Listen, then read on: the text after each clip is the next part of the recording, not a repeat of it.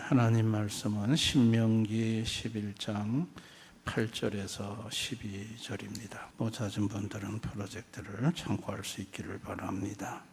교독하겠습니다. 그러므로 너희는 내가 오늘 너희에게 명하는 모든 명령을 지키라.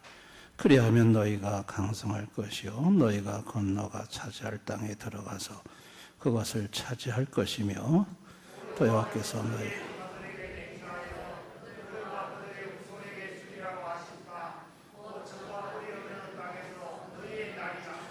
내가 들어가 차지하려고 하는 땅은 내가 나온 애굽 땅과 같지 아니하니 거기에서는 너희가 파종한 후에 발로 물대기를 채소밭에 댄과 같이 하였거니와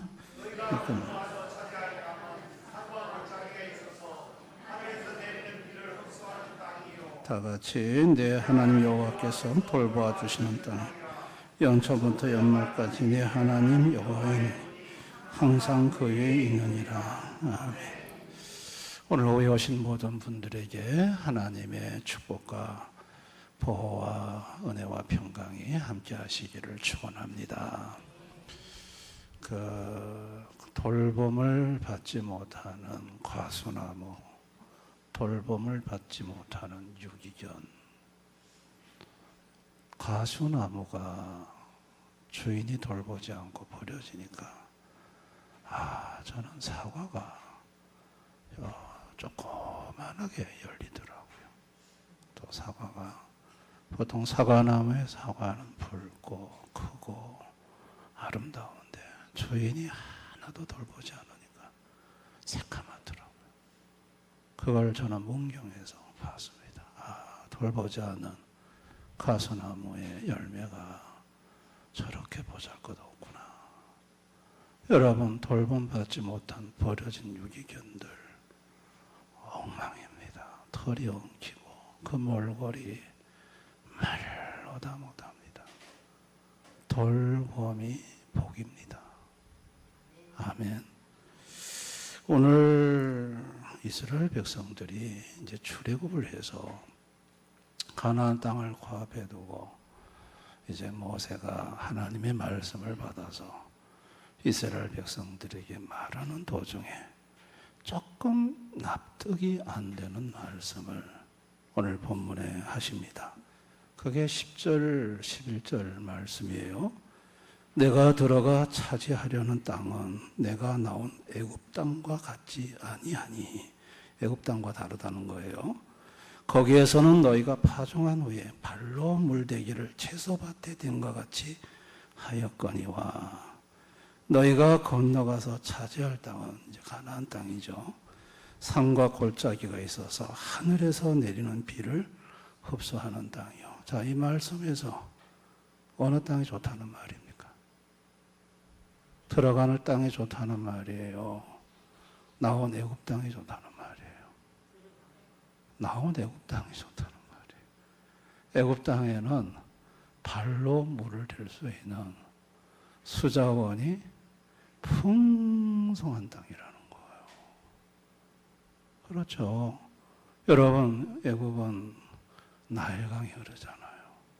나일강은 루안다 빅토리아 호수에서부터 출발을 해서 6,700km나 되는 대장정을, 그 나일강의 맨 마지막이 애굽이에요. 그 애굽의 6,700km의 강물이 온갖 자양분, 영양분을 흡수하고 와서 그 나일강 삼각주에 봄나무를 하면, 그리고 물이 가라앉으면 그 나일강의 그 농토는요 너무나도 기름지고 비용한 거예요. 그리고 나일강이 늘 물이 차이기 때문에 언제든지 물을 댈 수 있어요. 그래서 나일강에서 생산하는 곡식은 미네랄이 풍부하고 또 심으면은 60에서 70배 정도의 곡물 수확이 이루어지고 세계 곡물 수출지가 이 애굽이에요.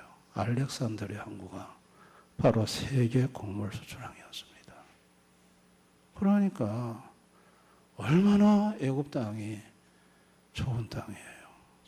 그 애굽 땅을 창세기 13장 10절에는 여호와의 동산과 같은 땅이라고 그랬어요. 여호와의 동산이라고 하면 에덴 동산을 말하죠. 그러니까 애굽의 땅은 에덴 동산과 같은 좋은 땅이라는 거예요. 좋은 땅이라는 거예요. 그런데 그에 비해 너희가 건너가서 차지할 땅은, 가나안 땅은 산과 골짜기가 있어서 하늘에서 내리는 비를 흡수하는 땅이요. 가나안 땅은 물이 고이는 땅이 아니라는 거예요. 비가 내리는 족족 물을 쪽쪽 빨아먹는 땅이라는 거예요. 왜 그런가 하니 가나안 땅은 석회의 질로 되어 있어요. 그래서 물 흡수가 빠르고요. 특별히 가나안 땅의 강수량은 1년에 한 600mm밖에 안 돼요. 우기 때. 건기 때는 물이 한 방울도, 비가 한 방울도 안 오니까 그거를 비가 올 때 가두어야 하거든요. 가두는데 물을 워낙 땅이 싹싹 빨아들이니까 구덩이를 파가지고 석회를 7번 정도 발라야 돼요. 그래 발라야 물이 안 내려가고 빗물을 모아놨다가 건기에 사용을 합니다. 그러니 그리고 3월 말쯤 되면은 저 아라비아에서 뜨거운 바람이 불어오는데 그게 한 3, 4일, 4, 5일, 어떤 데 일주일 동안 계속 불거든요. 그러면 우기 때 푸르른 들판이 전부 다 노랗게 바뀌는 거예요. 그리고 우기 때는 농사를 지을 수 없는 땅이에요. 그런데 하나님이 비를 쪽쪽 빨아먹는 땅으로 너희를 보낸다는 거예요. 그 땅이 젖과 꿀이 흐르는 땅이라는 거예요. 이해가 됩니까? 아니 애굽 땅이 젖과 꿀이 흐르는 땅이지 무슨 가나안 땅이 젖과 꿀이 흐르는 땅입니까? 여러분, 인간은요 죄로 타락하면서부터 현상을 보지 본질을 보지 못해요.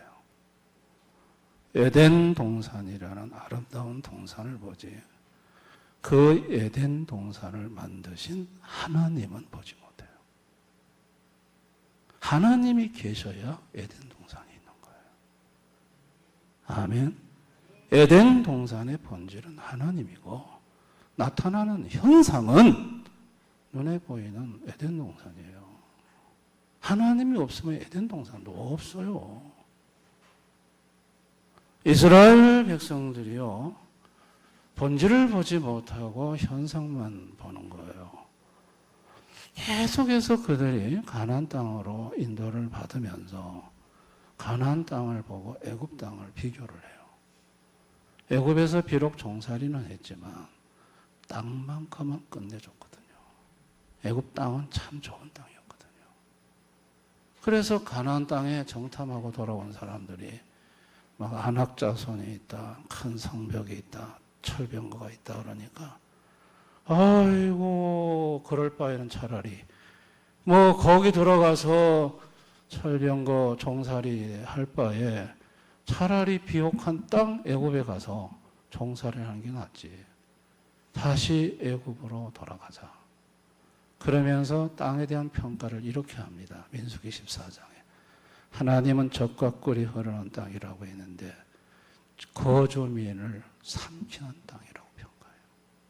야, 어떻게 하나님의 평가와 이 인간들이 내리는 평가가 너무 달라요. 그래서 하나님을 원망하죠. 원망하죠. 그리고 애굽으로 돌아가자. 모세, 아론 제치고 우리 장관 하나 세워서 애굽으로 돌아가자. 그러니까 하나님께서 모세에게 저들이 언제까지 나를 멸시하겠느냐?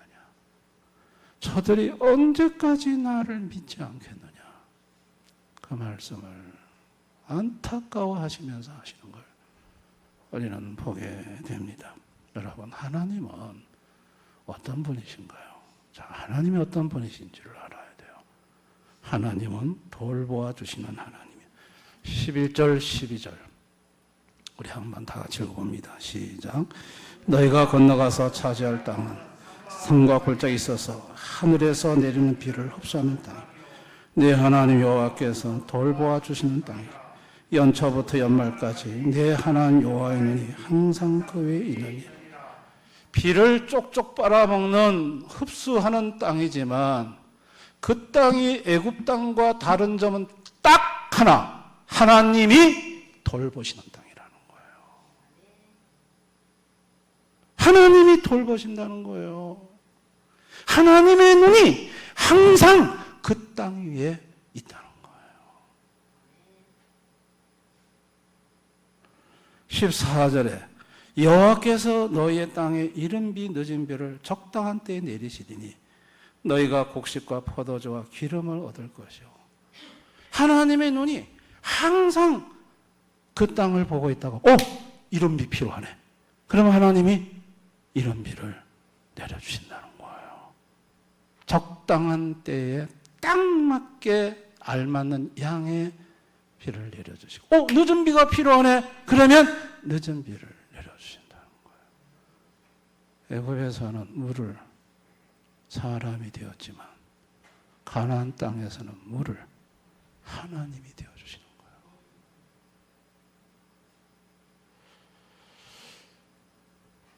하나님이 물도 되어주시고 하나님이 그 싹에 복을 주어서 곡식에 열매를 맺게 하는데 애굽이 비옥한 땅에서 60에서 70배를 거뒀는데 하나님이 이삭이 그랄 지역에서 그해 파종했을 때 결실이 100배였어요.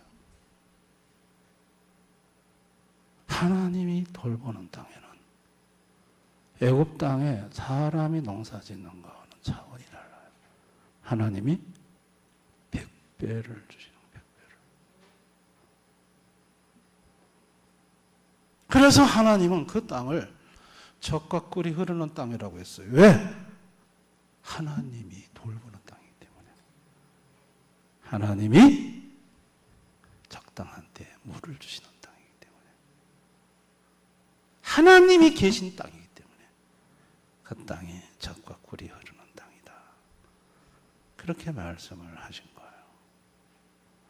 그렇게 돌보아 주시는 하나님이 이 땅에 육체로 오셨죠. 그분이 예수 그리스도이십니다.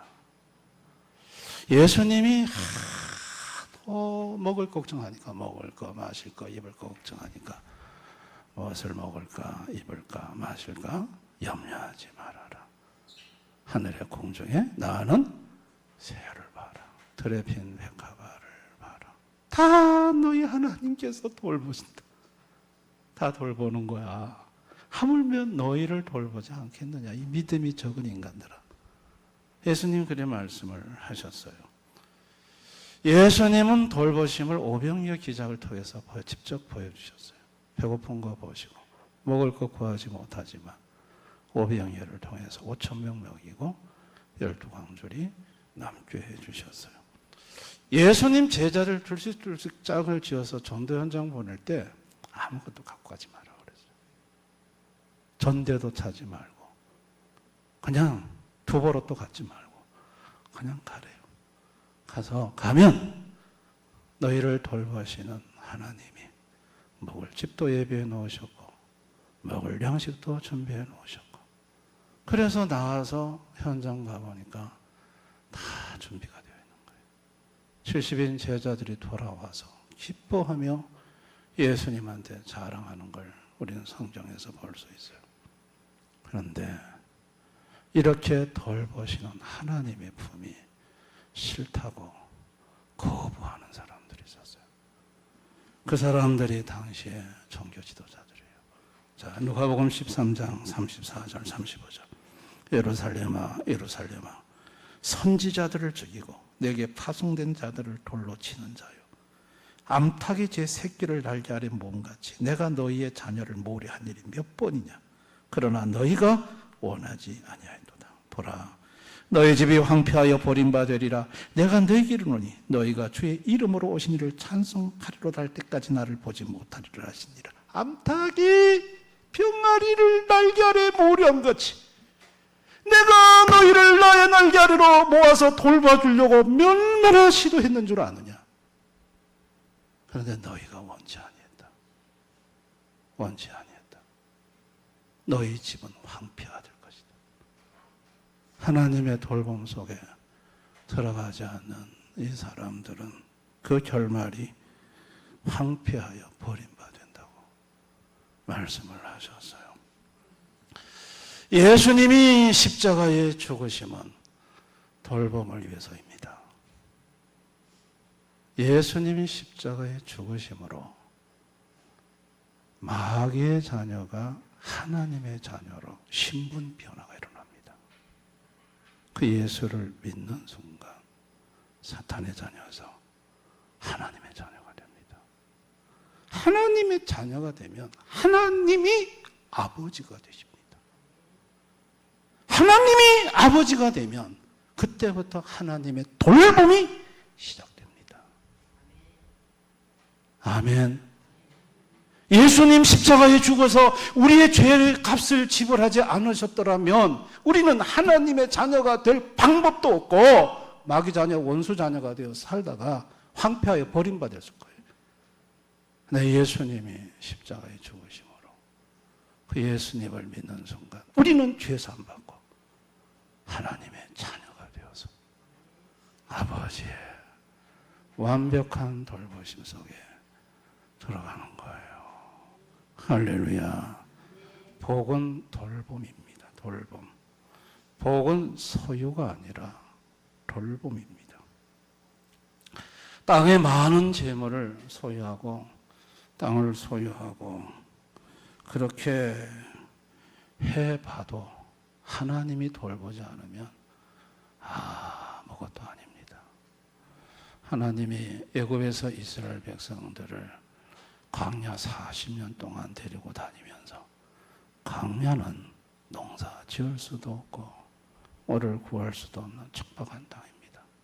40년 동안 하나님이 돌보심을 보여주셨습니다. 아멘. 사람이 돌볼 수 없는 곳에서 하나님은 얼마든지 하늘의 만나로 돌보시고 반석의 물로 돌보시고 구름 기둥, 부름 기둥으로 돌볼 수 있다는 것을 하나님 아버지가 보여주면서 돌봄이 복이라는 것을 가르쳐 주셨습니다. 하나님의 품을 떠나서 내 마음대로 내가 내 스스로를 돌보며 살아보겠노라고 큰 소리치는 이 죄된 인간들, 그러다 인생이 황폐화된 인생들, 그런 인생들에게 아들 예수를 통해서 하나님 자녀의 신분을 회복시켜 품에 안아주시고 따뜻한 사랑으로 다시 돌봐주시는 그 아들 예수를 보내요. 돌봄을 회복해 하시는 그것이 하나님 아버지의 사랑이에요. 할렐루야. 이스라엘 백성들은 정말 우리가 눈으로 보기에는 피를 쪽쪽 빨아먹는 땅이 애굽의 땅보다는 축복의 땅이 아니에요. 그런데 그 땅 속에 들어가서 하나님의 돌보심을 경험했어요. 야, 하나님이 이른 비를 내리시고 늦은 비를 내리시고 오히려 애굽에서 농사 지을 때보다 100배나 더 풍성하게 소출을 주시고 그래서 이 땅이 겉으로 보기에는 척박한 땅인데 하나님의 돌봄이 있으니까 이게 정말 젖과 꿀이 흐르는 땅이구나. 이스라엘 백성은 그 땅에서 그걸 깨달으면서 복이라는 의미를 새롭게 해석을 했어요. 이스라엘 백성들은 복이라는 것을 바라크, 이 바라크라는 복은 하나님이 창조하셔서 주신 물질, 가시적이고 현시적인 물질을 바라크라고 그래요. 그런데 이스라엘 백성은 바라크가 복인 줄 알았어요. 그런데 그게 아니었어. 하나님이 함께 하시면서 돌보시는 아세르가 복이라는 걸 알았어요. 그래서 이 두 가지 복이 있습니다. 이스라엘 백성들이 복하면 바라크, 아세르, 이 두 가지를 복으로 생각하는데, 바라크가 복이 아니라, 물론 바라크도 복이겠지만 더 큰 복은 아세르다. 하나님이 함께하면서 돌봐주시는 복이, 이게 진짜 큰 축복이구나. 복이라는 게 뭐냐? 하나님의 돌보심이다. 이 아세르 복이라는 것이 시편 1편에 나오는 복이에요. 복 있는 사람은 할 때, 복 있는 사람이 어떤 사람? 악인의 꾀 따르지 아니하고, 죄인의 길을 서지 아니하고, 오만한 자리에 앉지 아니하고, 오직 여호와의 율법을 주야로 묵상해서 주님과 함께 동행하는 사람. 저는 시냇가에 심은 나무와 같아서 가물지 않고 시절을 따라 저절로 열매를 맺는, 그 하는 모든 일이 형통한, 그게 아세르 복이에요. 할렐루야. 아세르가 복이다. 아세르가 복이다. 그거를 알게 된 것이죠. 그래서 하나님은 언제든지 물을 댈 수 있는, 물이 넘치는 땅이 아니라, 하나님이 비를 주지 않으면 물 한 방울 얻을 수 없는 그 땅에서 돌보시는 하나님만을 바라보고 사는 것이, 그게 진짜 복이구나. 이거를 이스라엘 백성들이 깨달은 것입니다. 할렐루야. 오늘 하나님을 모르는 현대인들은 전부 복을 바라크로 해석합니다.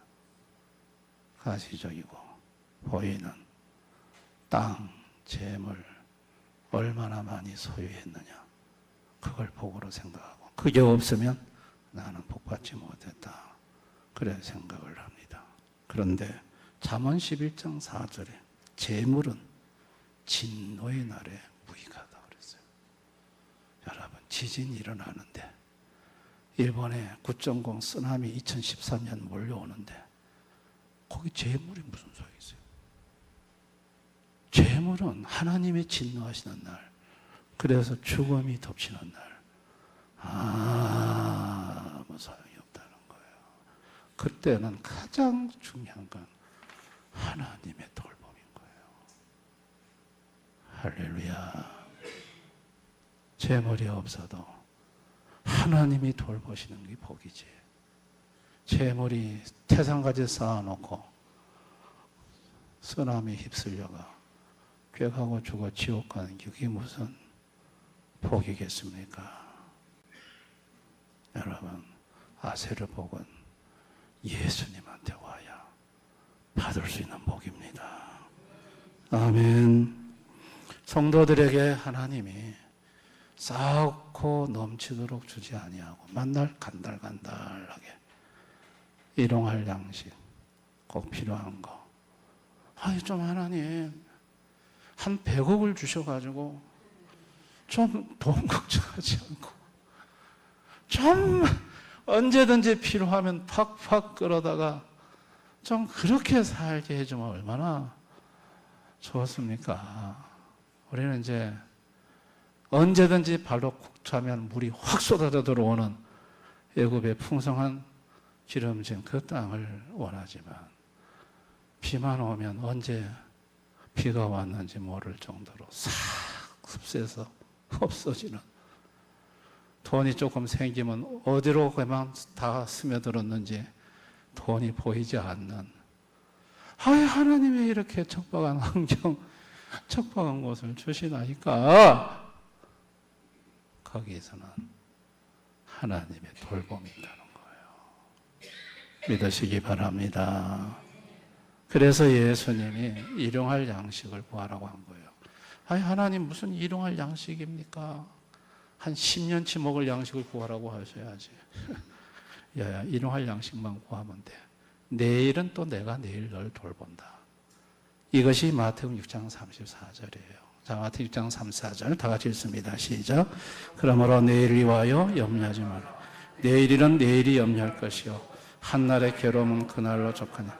내일은 내일이 염려한다. 이 말이 뭔 말인지 좀 헷갈리잖아요.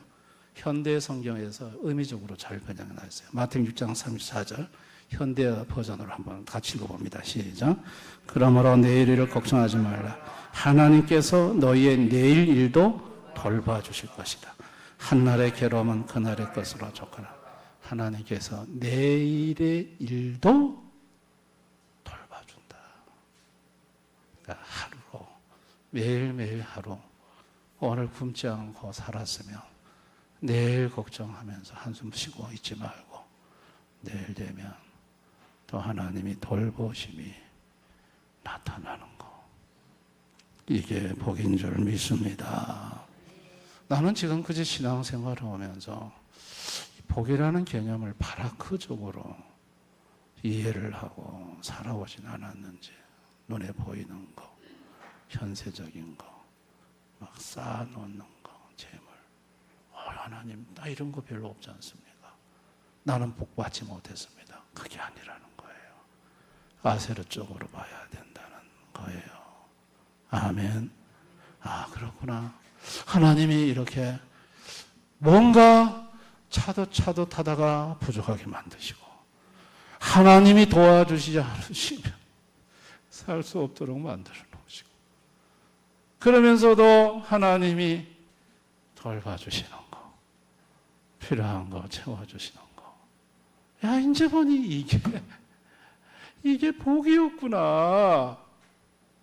돌봄의 복이었구나. 복에 대한 해석이 달라지는 것입니다. 아멘. 한 학기 동안 12시 제가 늘 간증하잖아요. 그렇게 한 학기를 기도했으면 하나님이 교인도 많고 사례도 많이 받고 좋은 교회로 저를 인도해 주셔야 되는데 물론 제가 원하기도 했지만 교인도 없고 교회 건물도 없고 아무것도 없는 무교의 섬으로 저를 이끌어 주셨어요.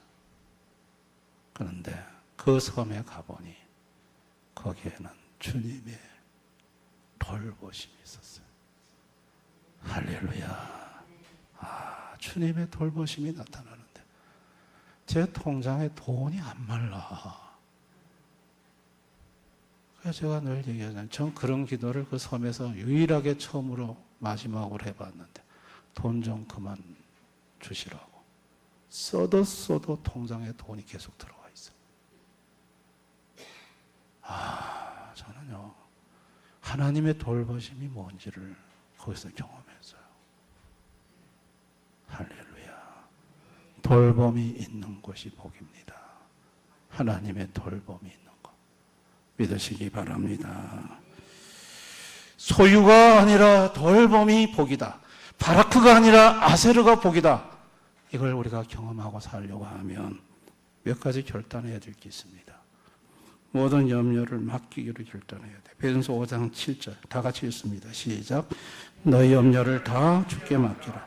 이는 그가 너희를 돌보심이라. 너희 염려를 다 가정 문제, 자녀 문제, 경제 문제, 진로 문제, 취직 문제, 건강 문제 다 올 맡기래요. 그러면 돌보신대요. 그럼 어떻게 맡길까요? 어떻게? 자, 빌보서 4장 6절 7절 다 같이 읽습니다. 시작. 아무것도 염려하지 말고 오직 모든 일에 기도와 간구로 너희 구할 것을 감사함으로 하나님께 아뢰라.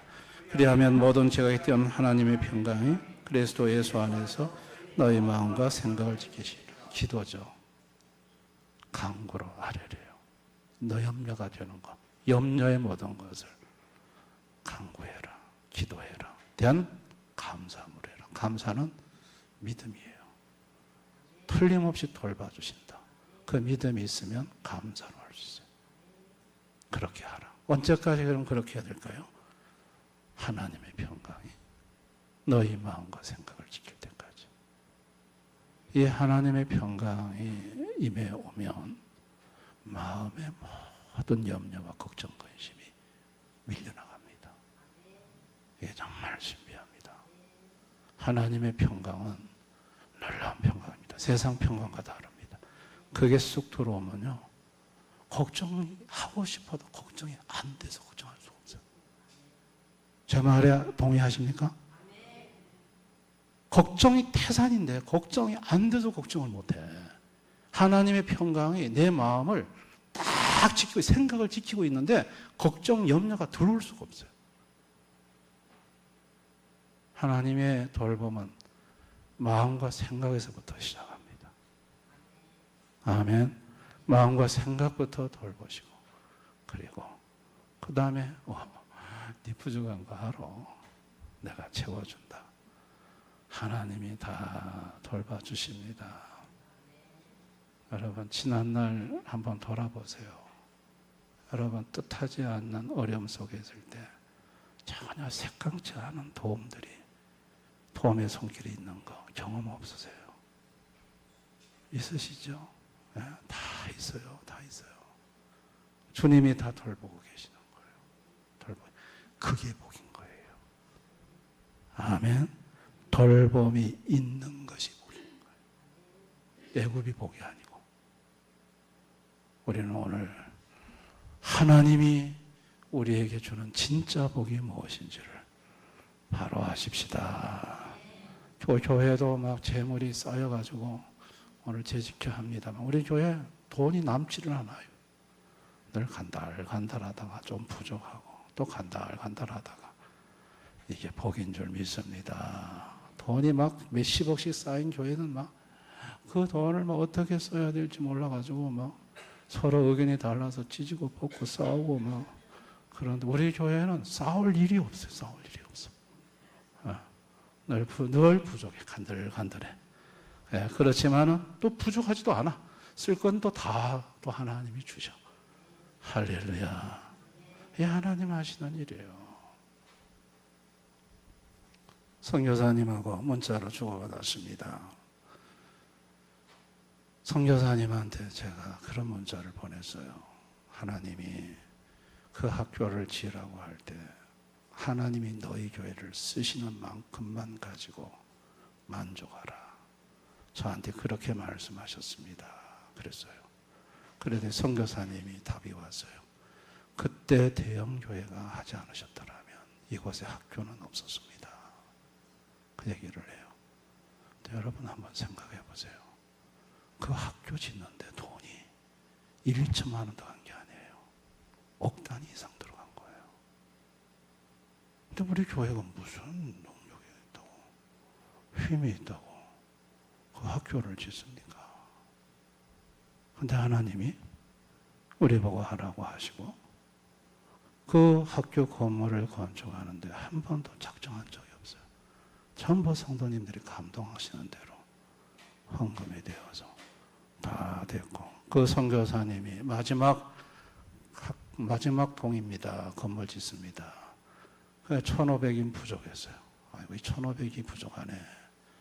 근데 제일교회 조병호 목사님이 이번 주에 오십니다만 저한테 전화가 와서 최 목사님 1,500만이 들어왔는데 이거 대형교회 성교부로 집어넣겠습니다.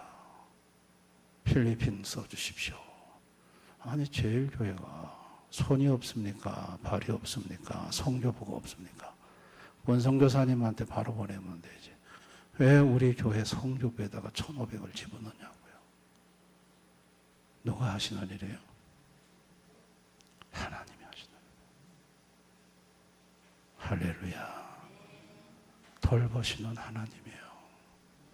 믿으시기 바랍니다.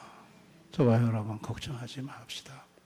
인생 살면서 가정에 어려움이 오고 힘들 때 완벽하게 돌보시는 주님이 계시다는 거. 조금 부족해서 하나님의 돌봄이 필요한 것이 복이라는 거. 그게 아세르 복이라는 거. 여러분, 복에 대한 새로운 해석을 하며 감사하며 사는, 돌봄 속에 사는 우리 대연의 성도님들 다 되시기를 주님의 이름으로 축원합니다. 오늘 이 말씀을 생각하면서 우리 한번 기도하기를 원합니다. 우리는 생각하기를 현상만 보고 본질인 하나님을 보지 못하고 바라크 복만 생각했습니다. 가시적, 현시적, 보이는 재물 쌓아놓는 거, 좋은 땅. 그러나 하나님이 주시는 복은 아셀이었습니다. 하나님이 함께하면서 돌봐주시고 하나님의 눈이 항상 지켜봐 주시고 적당한 때에 필요한 것을 공급해 주시고 그래서 부족할 듯 하면서도 부족하지 않고 살아갈 수 없을 것이라고 생각했는데 살아갈 수 있도록 해주시고 항상 하나님의 돌보심이 함께 있는 것, 이게 아세르 복입니다. 이 복을 주신 하나님께 감사합시다. 이 땅은 우리의 영원한 고향이 아닙니다. 잠깐 텐트 치고 머물다 가는 장막 세상입니다. 그렇게 살다가 천국 가서 영원히 사는 것입니다. 아세르 복을 주신 주님께 감사하며 한번 지금 내가 처한 환경 속에서 하나님의 돌보심의 손길을 다시 한번 바라보며 감격하고 감사하는 시간 가졌으면 좋겠고 걱정거리, 염려거리를 이 시간 간구와 기도로 감사함으로 아뢰었으면 좋겠습니다. 다 같이 한번 통성으로 기도하겠습니다. 아버지 하나님,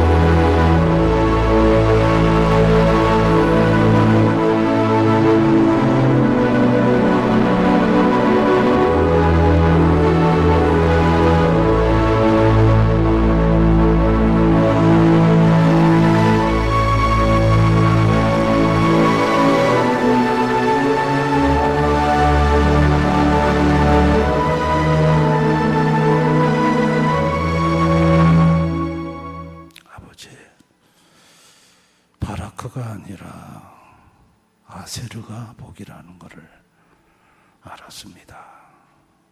눈에 보이도록 쌓아놓을 것은 없지만 그러나 우리 예수님이 항상 나와 동행하면서 나를 항상 지켜봐 주시고 내가 필요한 것 있을 때마다 적당한 때에 필요한 만큼 채워주셔서 늘 걱정은 했었지만 지내놓고 보면 쓸데없는 걱정이었다라고 생각하며 살아가게 하신 주님, 이 주님의 돌보심을 받는 이 돌봄이 복이라는 것을 오늘 성경을 통해 가르쳐 주시니 감사합니다.